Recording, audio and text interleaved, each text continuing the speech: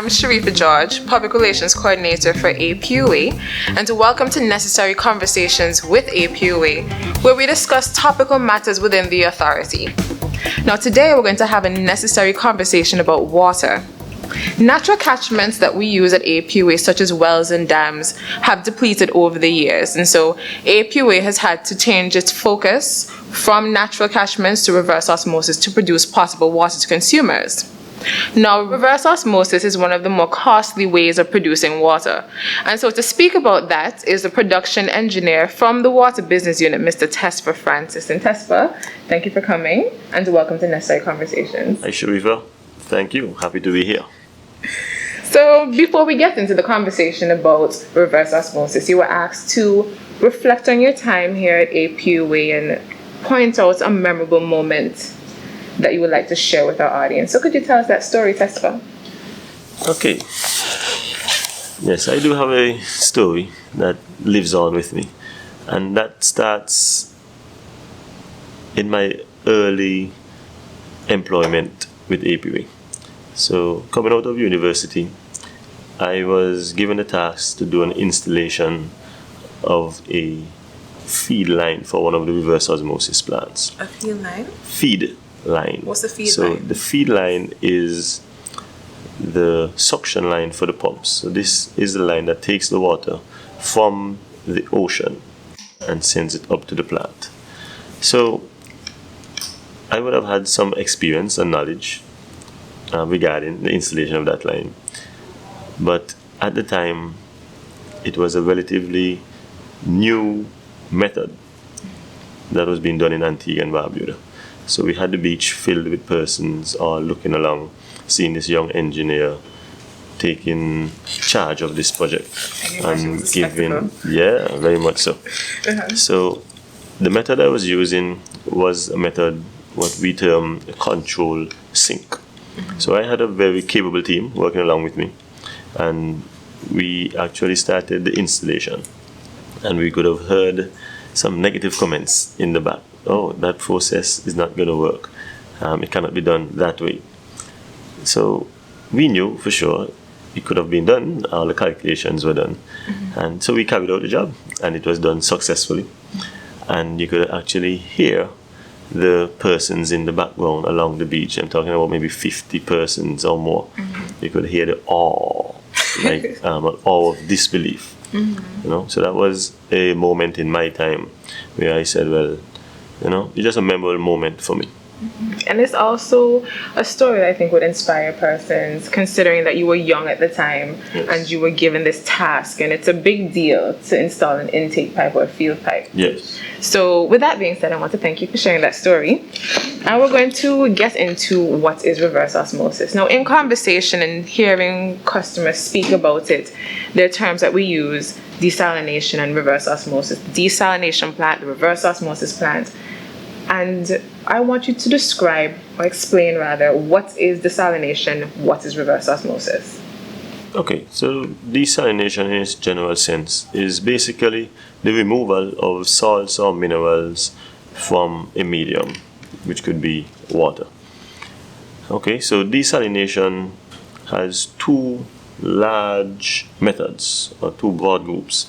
We have thermal desalination and we have membrane desalination. So reverse osmosis is actually a part of the membrane desalination group.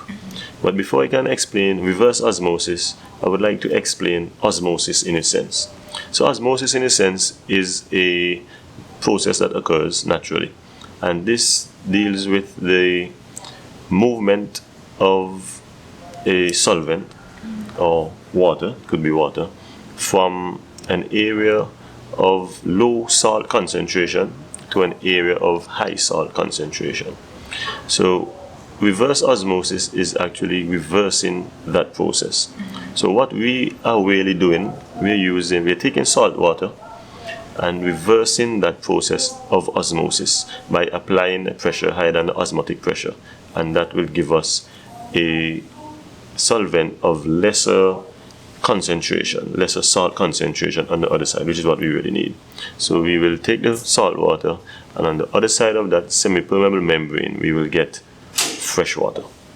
And and we're looking at water from the sea. So what about water from surface and ground sources? I imagine that water is a little different in terms of its characteristics. So what's the difference in treating ground and surface water as opposed to seawater?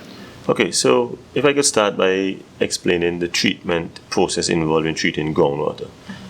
So a lot of persons cannot picture water coming from the earth to be pure and without any color, right? In terms of the terms we use will be very low turbidity. Okay, so groundwater is actually the easiest method or the easiest form of water that we treat within APUA. This is the cheapest and the easiest source to treat. Once a well would have been constructed and would have been developed, the water that actually comes out of that only requires disinfection. And then that water can be placed onto the distribution mains for consumption. Okay, so whereas water coming from the surface water catchments, so for example the reservoirs, this has to be treated, and we refer to that type of treatment as a conventional water treatment.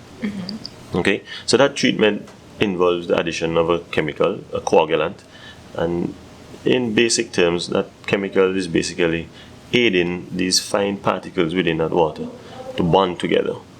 When they bond together, they will get heavier. So we have the first process, the chemical addition, then we have coagulation, flocculation, and then sedimentation. So at this sedimentation process, the heavier particles will settle out and fall to the bottom of this sedimentation basin. So that's that big tank at the back of like the Bendel's water treatment plant. Correct. So the Bendel's water treatment plant or the Dilap's water treatment plant located up in Bethesda, these two plants use the conventional water treatment process. So if I could get back quickly to the process itself. After we have removed the upper layer from that sedimentation basin, which would be referred to as the cleaner water, the water with less turbidity, that is then passed on to a filter bed. So the filter bed is basically a mixture of gravel, fine sand, and anthracite. And then after the water would have passed through that, it goes into our clear well. Then we will then disinfect that water, and then that water is ready to be distributed to the public. So let's talk about money. So the process is different, the different levels of complexity and intensity. Yes. So naturally it's going to be different in terms of the production cost. So could you draw a comparison for us with how much it costs to produce water through reverse osmosis versus groundwater versus surface water? Okay, so I should start by saying that desalination, reverse osmosis, that's the method we use in Antigua and Barbuda, is the most expensive of the three. Okay, so when compared to groundwater, desalination is actually just about 10 times more expensive. And compared to surface water, it's actually just about 5 times more expensive.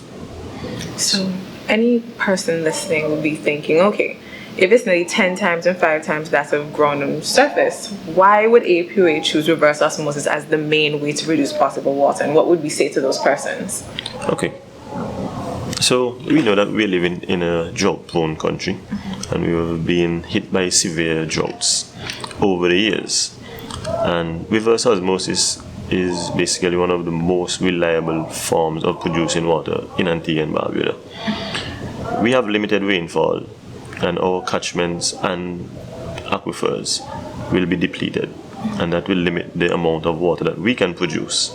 But whereas we have the ocean that's basically wrapped around Antigua and Barbuda, we are able to provide water on a more reliable basis. So that's why we would have focused in on becoming 100% reliant on reverse osmosis. Okay, so could you walk us through all the treatment plants, or rather the reverse osmosis plants used by APUA? Yes, okay, so if I may start from our sister isle, Barbuda. So APUA owns and operates a plant in the river area in Barbuda, and that plant has a capacity of 100,000 US gallons per day. Then we come back over to the mainland. We have a We have a plant at the Camp Blizzard facility. That plant has a maximum production capacity of 750,000 US gallons per day. We also have a plant in the Shell Beach area, which was recently renamed the Ivan Rodriguez APUA plant, and that has a capacity of 2 million US gallons per day. Then we go a bit further around, we have the Crab's Reverse Osmosis plant, and this plant has a capacity of just about 3.8 million gallons per day.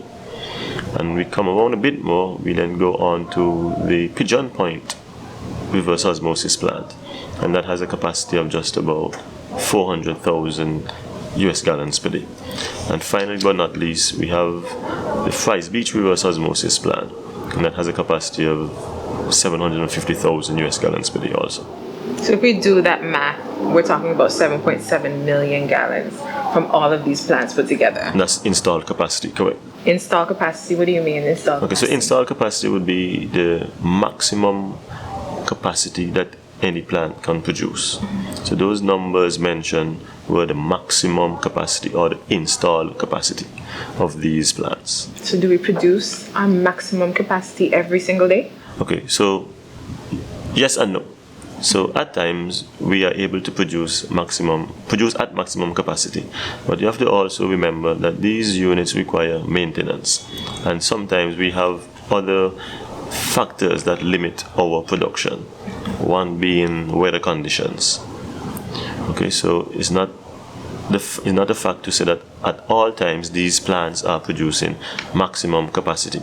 And we also have to remember that with time the performance of these membranes will also degrade. So the units will actually start producing less water over time. Preventative measures are there in place that we use, which are membrane cleaning procedures that will bring the production close again to maximum capacity. With all 7 plants online, including Barbuda, could you tell me if we have enough of the reverse osmosis plants to meet our demand? Okay, so in Antigua, if I can start with Antigua, we are basically estimating our demand presently just over 7 million gallons per day. And we are estimating by 2020, by the end of 2020, we should be somewhere just about 8 million gallons per day. So what we are saying is that we will definitely need some additional plants so that we are able to meet this demand on a daily basis. So there's been talk about the addition of reverse osmosis plants in the media, and they are supposed to be located at the Fort James as well as Fry's reverse osmosis plants. So could you explain why those areas and what's the capacity of those plants? Okay, so if I can start with the Fort James area. So the Antigua Public Utilities Authority Water Business Unit would have realized some challenges in providing water for capital. We would have decided on that Fort James area due to the main reason would be its close proximity to the St. John's capital, the town itself. So what we're saying with the installation of this plant, which should be just about 500,000 imperial gallons, somewhere about there. And you consider that area to be like a problem area, if you will? Okay, so getting water to St. John's at times can be challenging, because imagine we are pumping water from large distances. So water reaching to St. John's sometimes comes from as far as the Delapse treatment plant, which is in Bethesda. Okay, which is in Bethesda. At times it comes from the Crab's Reverse Osmosis plant, and that's way over on Crab's Peninsula. So what we're saying, by creating or by installing this plant in this area with close proximity to St. John's, it would be beneficial on our side in terms of less transmission mains, less pumping. The actual cost to produce that water, to get it to St. John's City, will be less. Okay, and the other one at Fry's, could you explain that one to us? At Fry's Beach, we are going to be adding a unit. This unit will be funded. The unit is funded by the Japanese government, and they're going to be providing that plant before the end of this year. and that plant or that unit will add an additional 400,000 gallons of water per day within that area. And this plant will serve areas from as far as Oldwood to as far as Jennings. So you're saying plants. So if we're talking about adding a new plant to Fry's, the Fry's reverse osmosis plant, can persons expect to see an entirely different building, an entirely different structure? Okay, so no. So this would be the addition of a unit to the plant, which is the facility, I should say. So this unit will be placed inside of our existing plants, but it will have independent auxiliaries to feed this. Okay. So now we know a lot more about reverse osmosis. So I want you to, in a nutshell, share with us the pros and the cons of reverse osmosis. Okay, so if I can start with what we can consider cons or disadvantages or limitations, is that reverse osmosis is an expensive process. Reason being, it is very energy intensive. Okay, so the energy used to provide or to produce 1,000 gallons of water is a lot more than what is used to produce 1,000 gallons of water for a surface water treatment plant. Okay, we also have to factor in the frequent maintenance that these plants require. Imagine we're dealing with salt water, we're dealing with high pressures, we're dealing with high voltages. So a lot of preventive maintenance is also required for these facilities. So we can consider that a challenge. So when compared to other forms of treatment, the high maintenance frequency and high maintenance costs can be considered a disadvantage. So it sounds as if with reverse osmosis it's a little bit more complicated than the others because there's so many more moving parts. Okay, so moving parts in a way, but generally speaking, actually one of the advantages of desalination is, in sense, its simple nature. There's not a lot of chemicals being added. You have to really monitor dosages, look at the performance of the chemical with the water. We're basically passing that seawater through a semi-permeable membrane driven by a high pressure pump. Right? So that's one of the advantages. That is basically a relatively simple process. And then we need to also highlight here that it's basically an endless supply. Once you will have the capacity to install the waters around us, we can definitely get access to potable water through that means. So we have come to the end of Necessary Conversations with APUA, where we were having a necessary conversation with water, and there are a couple of takeaways that we want to highlight. So what is reverse osmosis? Reverse osmosis, which is our main way of producing potable water, is a form of desalination where we extract salts and minerals from, in our case, seawater to produce potable water. It's also important for us to know that the cost of producing 1,000 gallons of water through reverse osmosis is about 5 to 10 times more than that when you're treating groundwater and surface water.